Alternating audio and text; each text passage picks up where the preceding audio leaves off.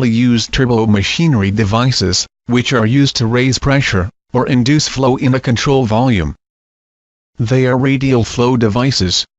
Various kinds of centrifugal pumps are available in market, with different construction details, but working principle behind all of them remains same. In this video we will analyze working principle of a centrifugal pump with single suction, semi-open impeller. One of such pump is shown in figure, with one part of its casing removed for ease of understanding. Working of centrifugal pump is simple. As the impeller rotates, it sucks fluid from outside through eye of impeller. The fluid is pushed radially along the impeller to the casing. Casing collects the fluid, and it is pumped out through discharge nozzle. We will go through main components of a centrifugal pump in a detailed way. First, impeller. Impeller is the device which rotates and transfer energy to fluid. It has got collection of vanes fitted to a hub plate. Next component is casing, which collects fluid from impeller in an efficient way. The casing has got a special shape, with area of cross-section increases from inlet to outlet. As the impeller ejects fluid throughout casing, a long length of casing mass flow rate increases. But, increasing area of casing helps in maintaining almost same velocity. Thus volute-shaped casing helps in converting dynamic part of fluid energy to static part. It will be interesting to know about construction details of volute casing. Casing is made on two volute curves, which are at offset. A three-dimensional volute is made from these curves. A portion is removed from volute shape, in order to accommodate the impeller in it. A discharge nozzle is fit at exit portion of the casing. Most of the time discharge nozzle is diverging in shape. For centrifugal pumps of small capacity, as we discussed, impeller and casing are its main components. But, for larger centrifugal pumps, there will be additional diffuser blades also present, in order to reduce velocity further. Or, they aid in dynamic to static energy conversion. Now, we will see how to predict pressure rise.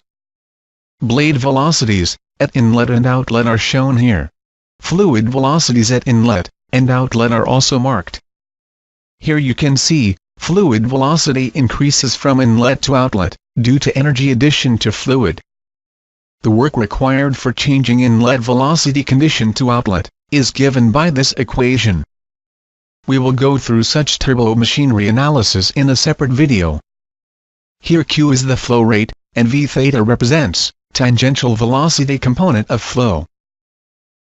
For a centrifugal pump, inlet velocity will be parallel to radius, so tangential component at inlet is 0.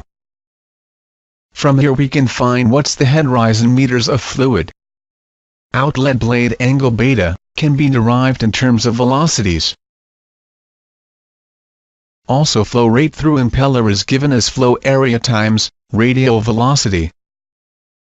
So head rise in a centrifugal pump can be derived in terms of flow rate.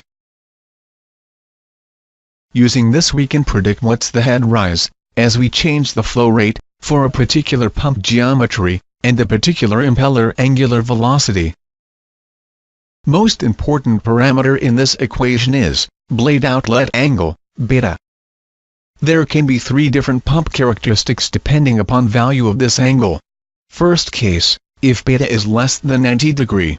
Since this term is positive in this case, pressure head decreases, with increase in flow. These kinds of impellers are called backward curved. If beta is 90 degree, with flow rate, there is no change in pressure rise. Because this term is 0 here. They are called radial type. If beta is more than 90 degree, pressure increases with increase in flow rate. Such blades are called forward curve blades. The big question, out of these which one is the most suited for industrial use? To get answer for this question, let's see how power consumption varies with discharge, for each of these cases.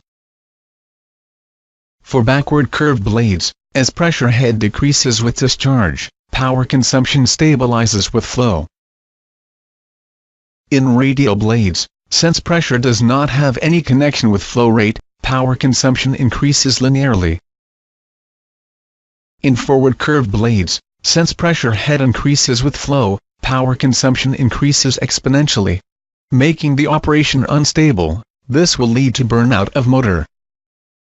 So backward curved blades, which has got self-stabilizing characteristics, in power consumption is the most preferred one in industry. To know more practical aspects of centrifugal pumps, check the second video. Thank you.